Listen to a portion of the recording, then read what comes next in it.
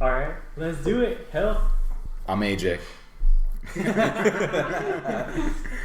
Hey guys, on this episode of the podcast, we're gonna be figuring out health, not just like what it needs to do, but how to build it. So.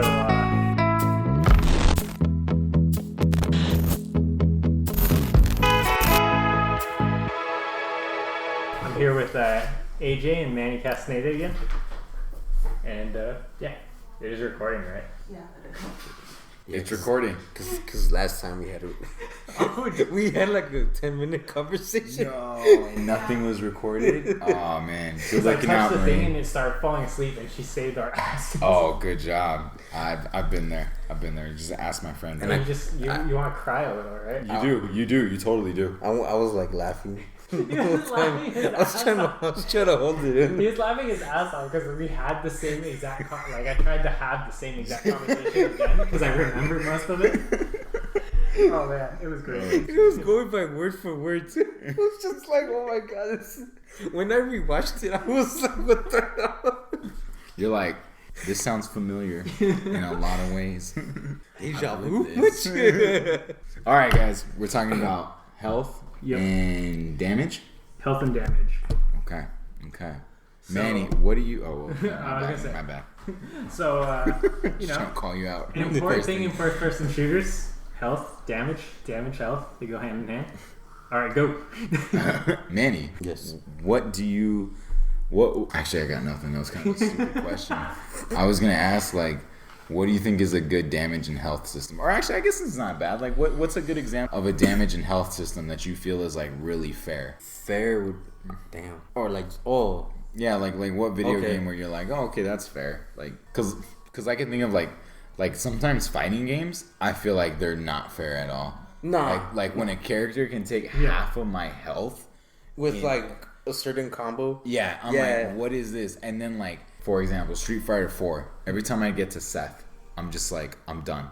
I'm done with this stupid game. I hate this game. That dude, he's programmed like this. The first round is easy. Like, it's kind of too easy. Then the second round, let's say if he jumped from level easy, he jumped to expert. Yeah. And so you gotta beat him on the second round as an expert. Well, I know that there was times, and this is one of my gripe about fighting games, is where you get their health bar to no health, but they still have like one HP, and like it can't even render the line, or like if it renders the line, there's so many pixels that we can't see it, but like they're still killing me, like they're still whooping my butt, and I'm like, why did Seth just pull off a 32 hit combo and take 98% of my health?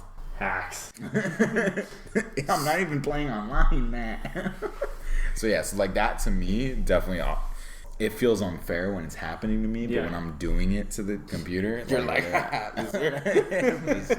damn.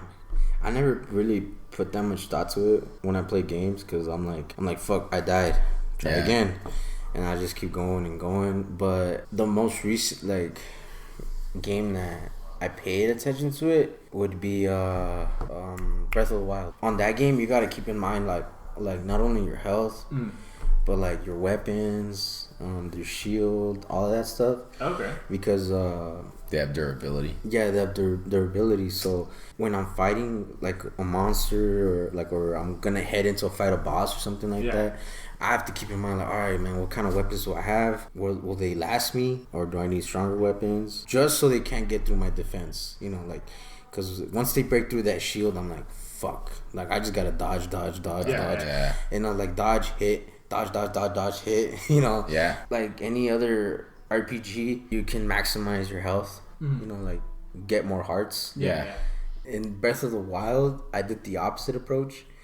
I focused more on his stamina than I did his hearts, because I felt like I needed to run away more than have more hearts. So I needed him to have more stamina so I can run away, climb walls, and stuff like that. That game was a game that made me watch his health a lot more, which is the same deal. Like, I had to watch his health. I remember when I started playing the game, go in and I fight the monsters. If I die, I restart. I rage quit, and I didn't play the game for a couple months because of the certain level. Like, I think I was like in some kind of cave, and I had to fight one of the drowners. No, it was one of like those dudes that were trying to catch Siri. The Wild Hunt. Yeah, the Wild Hunt.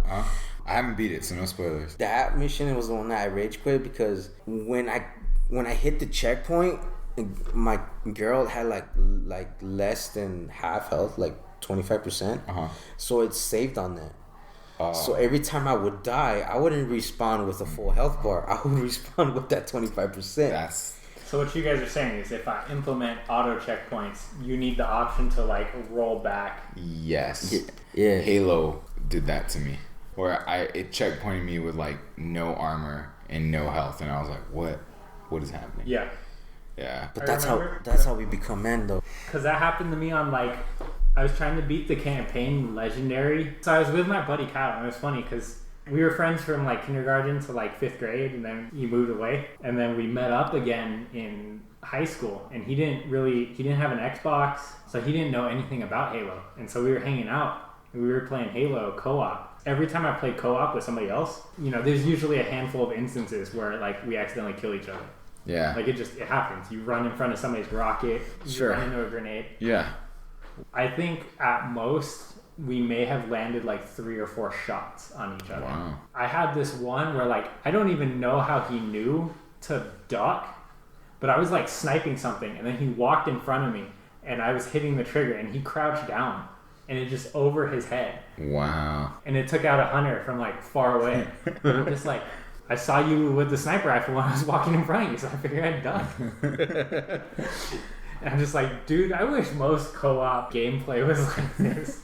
This is the stuff of legends. Yeah. You know what? Teamwork. I was thinking of another like health mechanic that I don't think I can get on board with. Tom Clancy's The Division. Okay. And Borderlands. When it's like that RPG style of health, or I should say RPG style of like resistance. Like, how is it that I can have a shotgun and blast 8 shells into this character's head, and like his health went down by not even a quarter? Yeah. You know, like that. I don't want to play that. Man, and oh yeah, we did talk about that. Yeah. And like Borderlands was like that for me. That to me, it just and I don't want to take a shot at the developers on it, but it almost feels like the mechanics weren't well thought out, and they're just like, well, just make it like a traditional RPG. Just as the player levels up, just give the enemies more health. That doesn't work in first person shooters. I like the art of Borderlands. I like the aesthetic. I love it. I love the random like gun generation. I think that's super cool too. Yeah, and I even like I played it, but I think that's one of the reasons I never played it again. I played it, I got my experience, but because of that, it wasn't that replayable. Because of that same reason, I never picked up the Tom Clancy's The Division. I think when we were like level 12, fighting level 15 dudes, I just was unloading like clips into these guys, and I'm like, this is not even hurting. Like, I put 1,000 rounds in this guy. He's lead. I've turned this man into lead, and he is still walking. So looking back at like some of the other experiences that we talked about that we all kind of enjoyed, I'm probably going to start out with doing like health pickups on the map. Oh, okay. Like OG Halo? Yeah. So like OG, like you got to pick up a med kit kind of thing. I might start out there, or I'm going to start out with Regen Health. It's going to be one or the other. I kind of have to look at the code. I was like, whichever one's easier, the code. So let's like map out like what has to happen for a health system. Up front, Unreal doesn't have anything for health inherently built in. There's no... Oh, wow. There's nothing. Because there's so many ways you can do health. Yeah. But essentially what I'm figuring is first-person shooter, like regardless of how you look at it, your health is a number. And when you get hit, when you get damaged, you subtract from that number. Yep. Now, other things may happen, but you get subtracted from that number. And so I think Regen Health is going to be, I think it's going to be easier to implement because already in like just a running game engine, the way it works is you have a while loop that's consistently running. Yeah. And every cycle of that loop and everything that gets thrown into that loop is called a tick. A tick happens every second that happens in the game. everything attached to this while loop getting called. And then once you hit the bottom, it goes again. So hooking something to that to regen your health, to check like, okay, is this person done taking damage? Is the cooldown done? Okay, let's start ramping their health back up. I think that's going to be easier to do, but then I also think there's a lot more scenarios that can go on with that kind of system. You don't want to be regenning health while you're still taking damage. I mean, you don't. I mean, I do. I was but like, shooting somebody, I don't want them doing that. True. So there's that aspect of it. But the other thing is like, so I can't start ramping someone's health past their max. You know, usually you spawn with full health. Yeah. Or maybe you spawn like 80%, and then maybe on the map you could pick up some to bump you over a little. Yeah. Something like that. But then we're talking about like health on the map. Either way, like if you spawn with health, the only way to ramp your health back up is you have to take damage. I have to program the concept of like your health property, and then from there I have to go and figure out how to damage you. Now Unreal has stuff built in for that, kind of. I have to detect that I got hit, but I also have to keep track of who hit me, how did they hit me, and then because it's a 3D world and we come to expect this from games, physics plays a role in this. Yeah. So now it's like, oh, he shot me. Was it a headshot? Am I dead? Like all these things play in their role. So that's like its own kind of process. And then on top of that, you have to replicate that on multiplayer. Yeah. The health system for each player, I kind of decided is going to be the same. Mm-hmm. Instead of, I don't think we're going to do like a class system. Which is fine. I mean, I think in a good FPS, I don't think class systems are needed. I mean, look at Overwatch. Mm-hmm. I'm pretty sure everybody has the same health. They have like the same different armors. They kind of have like the same health system, but then they have different like levels. Yeah. But then you look at players like Lucio Mercy, like basically the healers. They have something a little different. Like Lucio is just basically constantly getting health back as he's moving. Yeah. Or healing other people. Mercy, like I think her health regen is directly tied to how much health or how much damage. If you're in the damage boost mode, I think the health you regain is directly related to how much damage the person you're boosting is doing. Okay. So it's a little, I guess it is a little classy. Basically, some people have special rules. Yeah. That's what I'm kind of like considering in the classes. Oh, okay. If we're considering maybe down the line, if we can find something that makes sense for that. At first, just to make health like simple, so we could kind of like start getting to the point where, hey, can we jump into multiplayer? And in the last podcast, we were talking about the progress of the game and testing and stuff. For us to get together and like kind of play the game and for it to have any meaningful result, we have to be able to jump into the game and we have to be able to duke it out. Yeah. Now, if we're going to keep score, we might be keeping score on paper at that point instead of the scoreboard has not been coded yet. Yeah, the scoreboard might not be coded, and like we'll know who killed who, but we may not be able to like tally that up yet. Yeah, I haven't really researched any of that because those are kind of minor details when it comes to actually like the game. I think we need to be able to hop into a map and we need to be able to shoot each other. At that point, though, I think it's okay that the map sucks. Yeah. I think it's okay that, like, there's one gun. Yeah. Sprinting will be a thing just because I figured out how to do it. Figured out how to do it. Hopefully you can't run through walls at that point. Can't Kool-Aid I'm sure there will be some... I'm sure there will probably be some problems with it. But I think if we can do that, we can start kind of balancing and we can start getting a feel for what we want. Yeah. What we want more than just kind of, like, speculating right now and trying to grab, like, all these pieces from these different games that we enjoy, which I mean it's not a bad, like that's not necessarily bad either. It's just we want it to be ours instead of just a camel. Camel? Have you ever heard that a camel is a horse designed by committee? I actually think I have. Yeah I think it's in Parks and Rec. I think that's where I heard it from. Yeah, but basically, like, what that means is, like, if we're just mashing up a bunch of pieces, and it doesn't make sense, it's not going to be a fun game. I feel like some of the games now are kind of having, like, identity crisis. They're all the same? Yeah. No, not that they're all the same. It's that they're trying to be everything. They're actually no. Yeah, you're right. It is that they're all the same. Everybody's trying to cater to everyone. So, like, Gears 5, Brian, who's like a diehard Gears fan, he feels alienated because they made it way easier to kill people in the game. Yeah. And that's not what Gears is about. Yeah. Like, Gears, you're supposed to have to work for it. That makes all this fighting happen. That fact that it's hard to kill people, it drives the gameplay and shapes all these, like, you have all these memorable conflicts. You have all these times where, like, you can reminisce about, hey, you remember when we went in and it was like just us two and we're the last two guys alive, and we just picked off their whole team because they kept coming at us and they were dumb about it. Yeah. Like, there's that. Or there's the times, like, I can remember so many distinct moments where, like, we're playing deathmatch. We'd run down the scoreboard and Brian would be left by himself, like, all alone, like, no other guys. And the enemy teams, like, they still got 3 respawns left and they got, like, 5 guys. And I've seen him clutch that victory. And I remember that distinctly because Gears, it's hard to kill.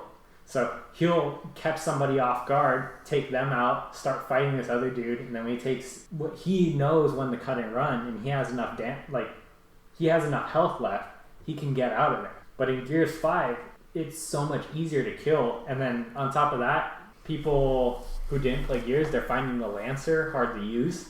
And so now they made the Lancer like really accurate. You have an assault rifle with a spread like this instead of a spread like this. Yeah. And now, to us who've been using it forever, it feels wrong. What the hell? I'm headshotting people across the map with my machine gun. No, you should not be able to do that with a Lancer. Yeah.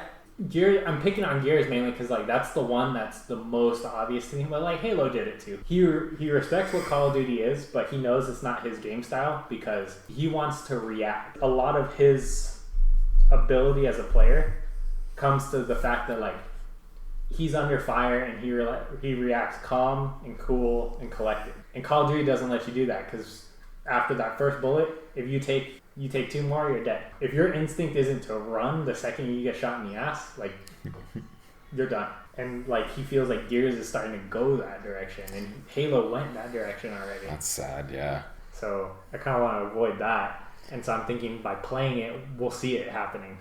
Yeah, I would agree to that. Absolutely. I mean, it's a small team, right? So focus can always stay there. Yeah. It's really hard to deviate from original concepts and ideas when you have a small team like that. So I don't ever picture this project being ever having an identity crisis that we don't, figure out here on the chopping block. Yeah, and I mean, like, I'm happy to build different things, and, like, I'm fine with, like, let's just say I build Regen, and then we're like, yeah, I don't know, it's good, but it doesn't feel exactly right. Yeah. Can you try health on the map? Yeah, I'm down to do that. And then if we do health on the map, and then it's like, no, you know what, Regen was better. Regen was better. I'm fine with the fact that I built health on the map because I get to say, yay, I did it. Maybe I'll use this in another game later. Yeah. And I already have the code. Yep. One of the things you were mentioning in the last podcast was blood, sweat, and pixels. The advantage we have is we get to enjoy the process because this game doesn't have a launch date. Who knows? It might be 2025 and, like, we're still talking about this thing coming out. Half-Life 3. Yeah. Duke Nukem Forever. Oh, man. Didn't they make that? They did make it. And it was terrible. God, that was like 10 years after the last Duke Nukem came out too, right? I think it was more than that even. Yeah. Because I remember playing Duke Nukem on my PS1 as a kid, and then Duke Nukem Forever came out when I was a teenager. Yeah. I know it was a long time. I think you're right. I think it was like 12 years. Yeah, it was something like that. Yeah. And it was just like it hadn't. Yeah. Yeah. Oh no, I mean, like, I'm gonna put like a hard line on, like, all right, hey, we got a beta It could very well also be like Fortnite, where like it's not done. Well, I'm always just adding more crap. As much crap as we want to talk about Fortnite, I mean, they have a solid business model. They make millions of dollars every year. Oh yeah. And I'm trying to add to that, because like my kid's like on Fortnite now. Like before he would just be on Fortnite just to look at the skins, and he'll be like, I want these skins, like kind of nudging me to buy them, and I'll be like, no. And he thinks like, I don't know why, but in his mind he thought I was one of those dads where I didn't know about the game, you know, like he'll tell me, he's like, Dad, buy me this skin. I'm like, why? And he's like, because with this skin I can like a bigger health bar and like all this other shit, and like I can aim better and blah blah blah. And I'm like, is that right? He's like, yeah. I was like, all right. I was like, how much is the skin? He's like, it's this many V-Bucks. I'm like, how much do those V-Bucks translate in real dollars? And he checks. He's like, yeah, it's like $10. I'm like, $10 for a skin that makes you invincible? And he's like, yeah. I was like, okay. He's like, you know you're lying to me, right? He's like, no, Dad, it's for real. Like those skins are just skins. Yeah, you know, like Yeah, I know what's up. I was like, skins are skins. I play Fortnite. Yeah, I was like, it ain't gonna do none of that. And he's like, dang. Like he thought I was gonna fall for that. He really thought I was gonna fall for that. And he's like, how did you know, Dad? You don't even play Fortnite. I'm like, I don't play Fortnite, but I'm not stupid either. I was like, no. And he's like, all right. You're like, son, when you were little, you were still in the crib. I was developing games-ish. I was like, I had to earn those skins, man. Back in my day. We had to do the real grind. Yeah. I had to play 40 hours just to get a different hat on my character. But you ever heard of a game called Animal Crossing? I don't know how, but this kid has already spent like $50 on Fortnite. Oh yeah. You know, but like I had not contributed at all. Like, it's not my money. Oh no, man, he's getting grandma's money. Grandma is like, well, cause like since me and his mom are divorced and stuff, he uses his mom for Fortnite because he knows I won't budge. There you go, Matt. Go against everything that you stand for. Put skins in there. Put skins. So you guys got funny dances. If that's the case, you guys gotta watch the episode with Mario, because we touched on it a little bit. Yeah. I don't want to. No. Good games don't have microtransactions. No. So that matter. But here's the thing: is like the old model, whether we like it or not, gaming as a service, software as a service. That's where it's going. I wish it wasn't. As much as we hate it. I wish. But think about old games that you love. Think about old games that you love. And how they would put microtransactions now. No. Think about, like... Because that's what I do. Think about how the community, for a lot of them, is either dead or, like, the servers are offline. Yeah. And, like, stuff like that. Certain games, having somebody host, it works. Like, Halo 4v4, internet's good enough, it works. Yeah. Now, host has unfair advantage. And, like, you know, I talked about like mitigating that a little bit for those, like some of the experiences I want to create. Like eventually, if I can, I want to try to create those massive like kind of war zone battle type things. Those are fun. Where it's like 16 on 16. Those are the best. Or freaking 32 on 32. Yes. Or even the PvE stuff. PvE, that's not gonna, like, you have to have servers for that. And freaking cloud computing and servers and all that costs serious money. That is serious money. And bandwidth is crazy. That, and then getting the right infrastructure to support the amount of people connecting at one time, I think is a huge undertaking as well. Dude, this is California. I can't afford to put up a farm anywhere, server farm. Like, I can't afford that hardware infrastructure. I'm going to end up going to, like, either Azure or AWS or DigitalOcean or something. It's going to happen. I just want to break even. I just want to make sure that my servers stay online and that there's enough capacity there so that everybody's having a good time. Yeah. And I think that's fair. And if I happen to make a little money off of it, great. I'm probably not really gonna use it on myself, being completely honest. It'll probably be either towards more projects, like future projects, or I don't think I'd use it on anything else except for like future projects. Maybe on the YouTube channel here itself. Yeah. Use it for giveaways. Giveaways. I'm down with that. Maybe like bank it up, throw like a crazy party like Linus did for his fans.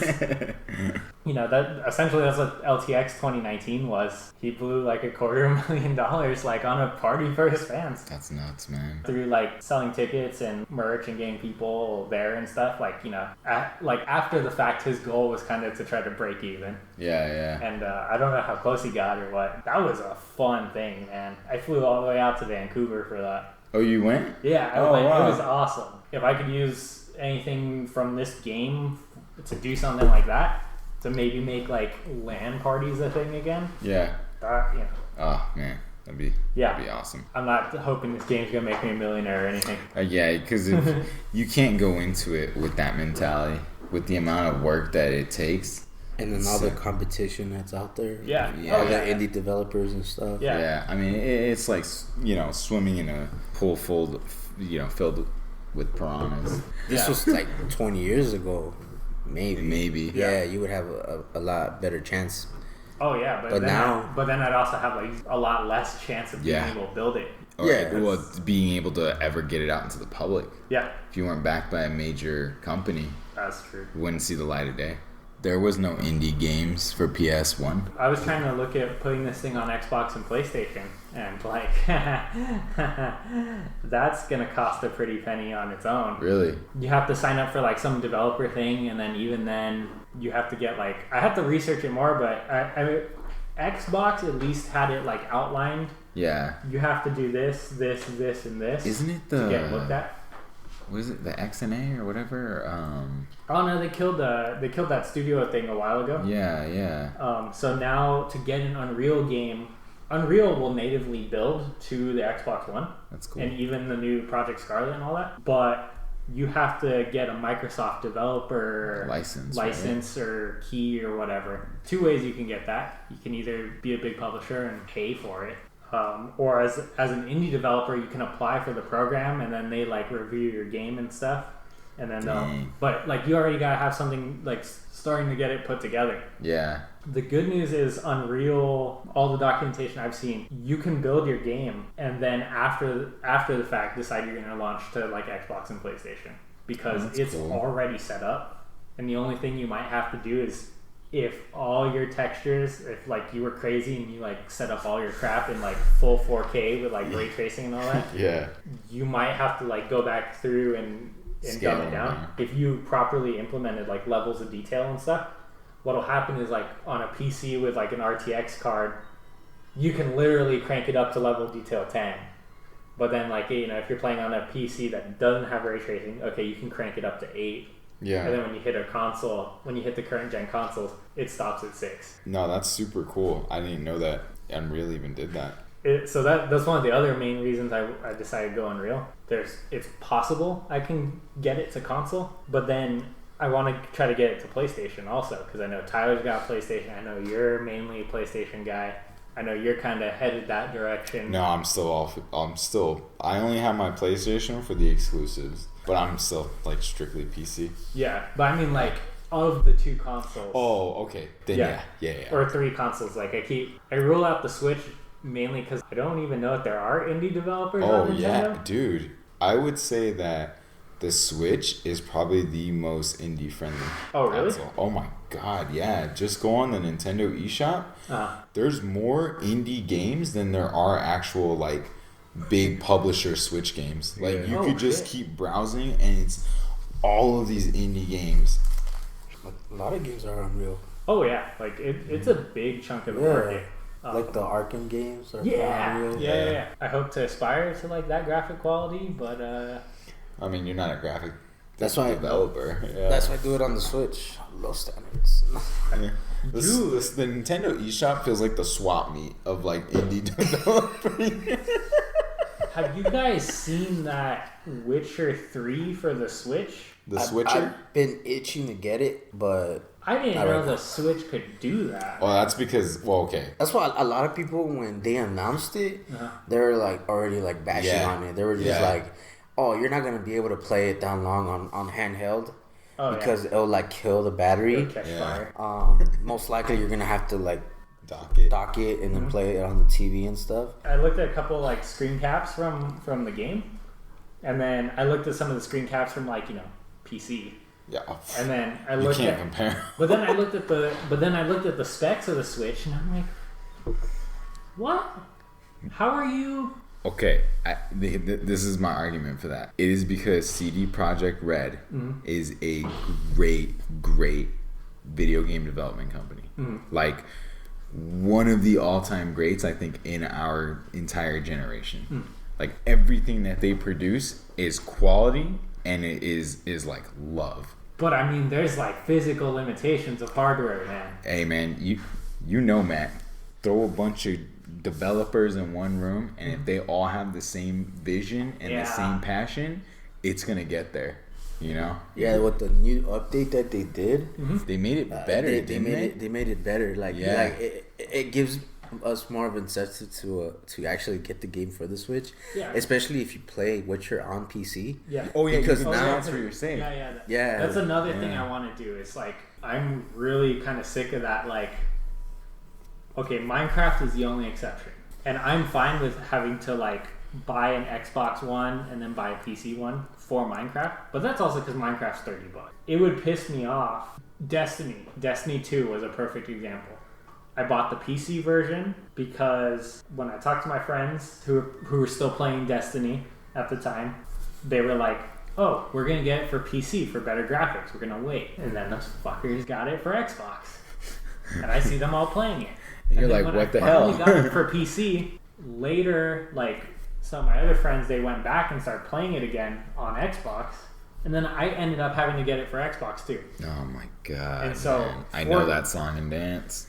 Yeah, and that pissed me off. I freaking love the fact that when I got Gears 4, I bought Gears 4, and my Xbox copy plays on my PC. Like, I definitely think that's the way it should be. I think that's the direction Microsoft's starting to go. Yes. But specifically Microsoft and Microsoft Studios. Yes. Everyone else is still fighting it. Mm-hmm. Well, like- Sony's the one that's more of a dick about it. Oh, like, yeah. especially because like, what game was it that Fortnite. Fortnite? Yep. Yeah, Mm-hmm. that they barely opened it up. So They like, did not like cross-platform. Oh, yeah. They like fought it. They fought it for like the first year of Fortnite's life. Like they 2 fought years. it forever because CSGO was supposed to be that game. CSGO was supposed to be the game that was cross-platform. Oh really? That was supposed to be CSGO's thing, like before it came out. Because yeah, even the Switch was cross-platform before the PS4.